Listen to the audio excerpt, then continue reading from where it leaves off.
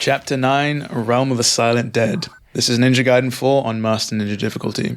What is up, everyone? It is me, DevilNeverCry, and once again we find ourselves in the shoes of our young ninja Yakumo here as he decides to ponder as he takes a call before finally getting his ass in gear and moving on. We're still in the Underworld, very much blue, right? Not so much the old fire and brimstone, subverting our expectations, or maybe not because this entire game's theme is blue. But we've got this accursed water, a whole bunch of barnacles. No Barnacle Boy and Mermaid Man, though, unfortunately. Very weird, esoteric SpongeBob reference there, but we'll move on. Pretend I didn't say that. And then this is going to be the first mandatory encounter. We're going to face off against a bunch of Ilcanis, which are these deviously devilish dogs. Fiendish, some may say. But stay on your toes, because they will hit you with the grabs, probably their most lethal attack. The ones with the purple spikes are the big baller shot callers, so to speak. More damage, more range, more aggression. They're the ones to kind of look out for here. But we'll be fine. Later on, I think we'll get an Eltis that spawns in, and a couple of Drogas, which, as I've mentioned before, the more we go into these chapters, the more things are going to be switched up, so to speak. But as long as we stay on our toes, we make good use of our on-landing UTs and some essence, which I'm trying to do now. I'm trying to get some essence to spawn. That was a bit of a risk. I wasn't quite sure there was one in the background, but we managed to do it. And there's the Dark Dragon Blade. Those of you who are keen-eyed viewers will have noticed that we now have access to this weapon, the final weapon. And our health is up slightly. There's still a few things when I was recording this chapter, this set of chapters, that I hadn't fully got or completed, like Yakumo's health bar. Some of his moves as well I hadn't quite unlocked. But you know, rest assured, by the time we get to the end of Master Ninja, we'll have gotten there. And I've finally wisened up to using true obliterations here. No more just spending the entire Berserk bar on the Bloodblast Slaughter. The Kage Hideko here has such a wide area of effect on its explosion when you use the just-timed throws that you can take out multiple enemies with just one true obliteration, so definitely make use of it there. What a scumbag that guy was. Just completely... as I almost take out my microphone there, completely block the UT, which is quite infuriating, I'm not going to lie. So we dap up this fellow with some flying swallows. Bet his missus is a flying swallow. That doesn't make any sense. Whatever. But we're almost there. We've got a few more to take out, and then we'll be able to get through this pesky door. Which I think this game's quite forgiving in the amount of encounters you can skip. I guess it's probably because, as I mentioned before, traversal plays such a large part in this game that just with how things are structured as we cut that fellow down to size, that it just makes it easier to blitz through things. You'll have noticed that I'm not really playing amazingly in a sense of I'm not really min-maxing. I'm not playing amazingly anyway because I'm not going for like low items or S ranks. But I'm not picking up any of the chests, I guess we could say, you know? Unless it's Sayori's, of course. Hashtag grip of murder, if you know what I mean. But there's definitely more that I could be doing, but we're kind of just going through this. And as I've mentioned, this is kind of my first time through Master Ninja, and kind of the second time I'm actually playing this. So I mentioned I recorded this immediately after I'd beaten normal. So I'm actually looking for, I think, a Growdy at this point. I'm still using this as a way to find things for missions that I've not quite completed 100%, which is why you're going to see me do peculiar things like backtrack or not go immediately to where I need to go. But this is definitely where we're going. And I don't know how I missed this Growdy. There's a couple of fiends there, so be careful. The old flare shadows. Still don't know what the Growdy is, so if anybody who is well versed in the lore knows, let me know. The game certainly doesn't tell you. I've had a look. The game doesn't really do much lore at all, which is a little bit annoying. I would have loved to have learned a bit more, but it's not necessarily one of those games, but still, you know, you'd think after having 4 at least 3D titles and several 2D that you know, you'd have an encyclopedia, but I digress. We're gonna we backtrack there, now we're going to make our way forward. Don't know what to think about the whole traversal. That was a bit of a, like, what the fuck moment. guess, I don't know, like, is it supposed to be scary? Or like, was it supposed to be, you turn the corner and it's immediately gone? Part of me wonders if the programmers did a good job of timing things right, and if you can see it disappear if you move fast enough, but that's just me.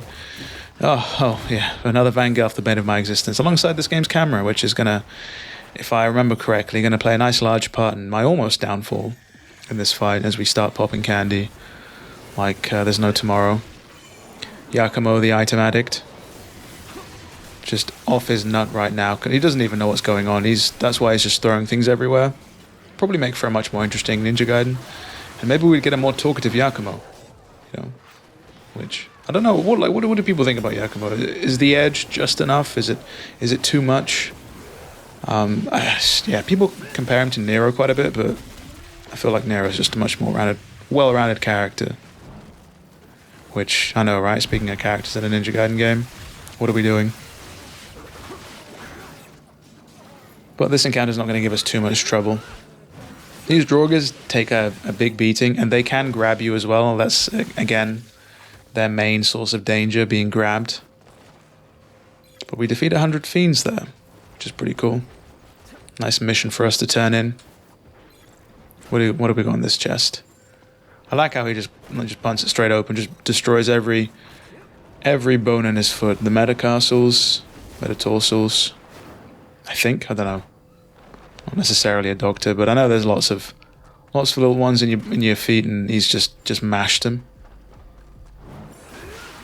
This is annoying. This is so precarious. Make sure you get to this room right here at the end. Don't bother fighting them on a small platform, and especially not on the bridge, because you just find yourself falling off.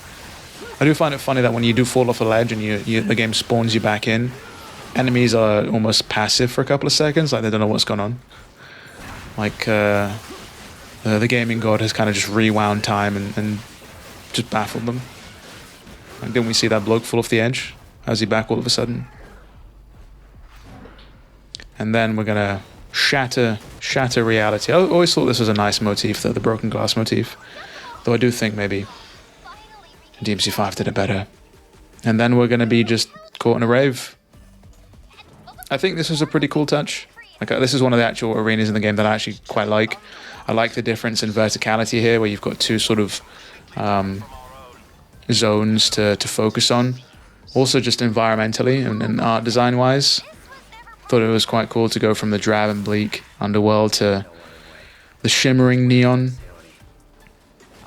Though again, I like to question, considering the scale of Yakumo here, like how many people are even going to be in here, you know? This place must have been popping off back in the day. I do like the big sign up top that just says Tokyo. Feels like the team couldn't quite figure out what to put, so they've just put that there. But I digress. The graffiti here is cool, at least I'll say that much. But definitely prioritize taking out the spawners at the top. The old worms, because they'll make life much, much more annoying. And as I mentioned in the previous chapter, they don't give you any karma, the enemies that they spawn, which is a bit ridiculous, but I digress. We're whittling things down slowly but surely. And the guys that shoot acid at you are, or should be at least, a priority. And then we get some more Vangelfs. But not too bad. Part of me now wants to go back and play the rest of these titles. I say the rest of these titles. Go back and play Ninja Gaiden 2 Black. I am kind of torn. Obviously, we've got Ninja Gaiden 2 Sigma. We've got the Master Collection. I'll say that much.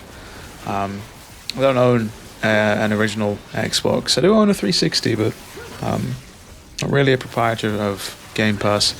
So I'd love to actually go and experience the original Ninja Gaiden Black, which I've never played. I've only ever played the Sigma versions. But yeah, playing through this has kind of just brought back a lot of memories with Ninja Gaiden. So I think at some point this year, before it comes to a screeching halt with New Year's, I think I'll take some time to play through at least Ninja Gaiden 2, maybe Ninja Gaiden 1. But it just depends on what difficulty and how much I want to preserve my sanity, because if from what I remember, my recollection of Master Ninja on those games was much, much, much harder. But we'll see. I do find myself wanting to go back and play a lot of games I played when I was younger too. I think just the issue that stems with that is the lack of quality of life features. Like Kingdom Hearts is one that comes to mind quite recently, but just even the HD collection and the sheer load times or like unskippable cutscenes kind of just puts a pin in that plan. I have not noticed that there is somebody just crawling along the floor. I should have realized that the reticle was still up on the screen, so it is what it is. They'd been delimbed, so they were kind of just crawling over to us. But I eventually wisen up, and we can finally move on out of here. I like that they've got all these CRT TVs here. Grew up with those. I mean, things were like nigh on indestructible. I remember having one that's probably isn't even that large by today's standard. But it was quite hefty back then, and it was like moving a house. So we picked up a few additional items, then we're going to press on. I know there's this spawn here, which I can't quite remember. It is mandatory, yeah. Definitely is. They like throwing a lot of enemies at you when you're in these enclosed spaces, particularly the tunnels. This is not the first time they've done it, where you're walking down a tunnel, and then once you're part way through, you end up getting enemies that come in from in front of you. If they were wanting to be evil, they definitely should have had more spawn in behind you. That would have been the ultimate in masochism. Or sadism, I can't remember which one's which. But it's fine. These Draugrs very much are just not much of a threat. They just take quite a long time. Much like the ultimate technique animations in this game, there's nothing worse than sitting through a lengthy animation when you're trying to just be quite fast and up-tempo. And this comes to a head in, I think it was, is it Combat Trial 10? Where you've got like 30 seconds and like the UT animations take like more than half that time if you're taking out one or two people. It's, yeah, a bit egregious. More traversal though, which means a lot more enemies that we can skip. Try and catch up to the old big fish, Mr. Cetus. Cetus, I'm not quite sure. But we do have a boss at the end of this chapter. Veilotl, which is, yeah, very much reminds me of those old PS2 controllers that were blue, that were like basically clear plastic, shows you the internals. Wonder when that aesthetic's making a comeback. Those are the peak times, especially those controllers that were like the Duff ones, unofficial, non-licensed ones you'd give to the other person, maybe a friend. Damn, I'm hitting the walls here. This is not great. Thankfully, it's the next mission which has the trophy or achievement where you're required to go through all of these without touching a single thing.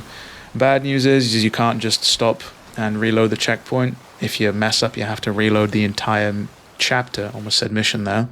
But you can, take some solace in that. That chapter is like 5 minutes long, if that, so it doesn't take too long to redo it. Continuing on with the theme of skipping things though, I almost messed that one up. That was a bit of a weird traversal quirk there. And then we're just gonna soar on broken wings over to our next destination.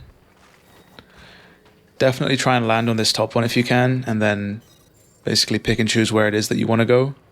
Because if you land on one of the lower ones and want to try going up, good luck with that. I do decide not to go for that other one just because I didn't think I'd need whatever was in that chest. But we're going to press on, and this encounter is another big one. This is basically the last hurdle. Oh, I'm almost contemplating, is this where I need to go? Surely, have I missed something? But no.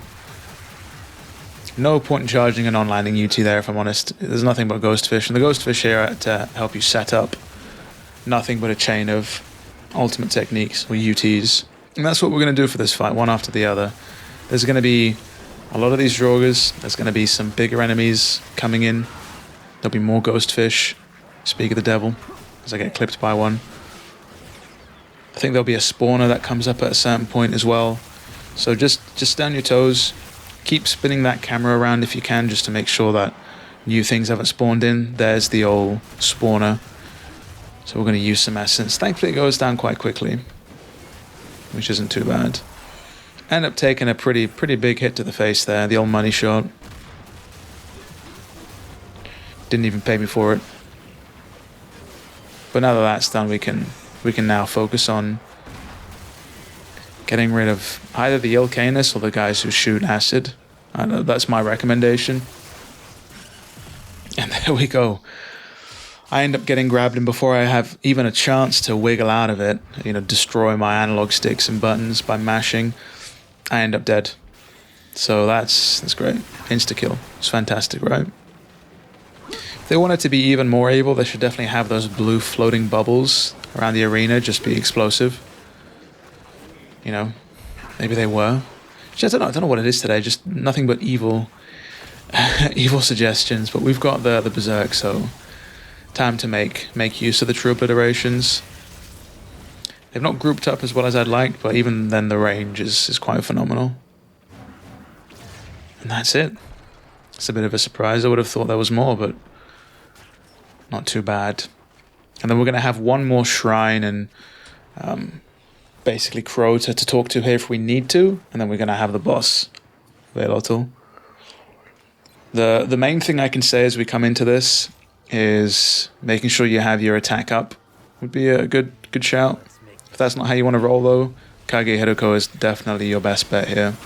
And make sure you use the old Bloodbath, not the old Bloodbath, sorry, the Blood Raven technique with the just timing. We just about get the UT there from the essence that spawned. Somehow managed to avoid tanking that that unblockable attack. We take a massive chunk there. If you've got Ryu or you're playing this with Ryu, just wait until he does those charge moves where he goes red and then hit him with a Void Nimpo, and it just decimates the health bar. Once he hits the midway point, after he ends up putting us in our grave, that's when he's gonna do a bit of a phase shift. But we're gonna want to stay on him. He does spawn an essence there. Don't use it too quickly, as you can see there. Wait until after he whips his tongue out, and then you'll be fine. But the biggest challenge here with these Draugrs is just not having them pull your lock on, if I'm honest. It's probably the most annoying thing about them all. But we're fine. Trying to get my blood bind up by using standard combos until I have enough to do the just timed attacks, but managed to get another UT going here. I think the issue with these Draugrs as well is that you know, you're not guaranteed an essence for taking them out, which is a bit annoying. You know, you do the effort of juggling and multitasking, you take them out, and then you're not even rewarded with the opportunity to do an on-landing UT. But it's fine. This boss is almost over, so not too bad. Compared to the likes of Kurobo, it's perfectly doable. And now that his health has been deteriorated, all we have to do is focus on hitting them with the obliteration, and the rest of the enemies despawn as we hit him with the old hammer time. Damn. I just had him with his bones out. Impeccable. And then the only thing left now is to head over to the end of the chapter. We move on to chapter 10. So with all that said and done, it has been me, DevilNeverCry. I'd like to thank all of you for watching, and as always, I'll see you all next video.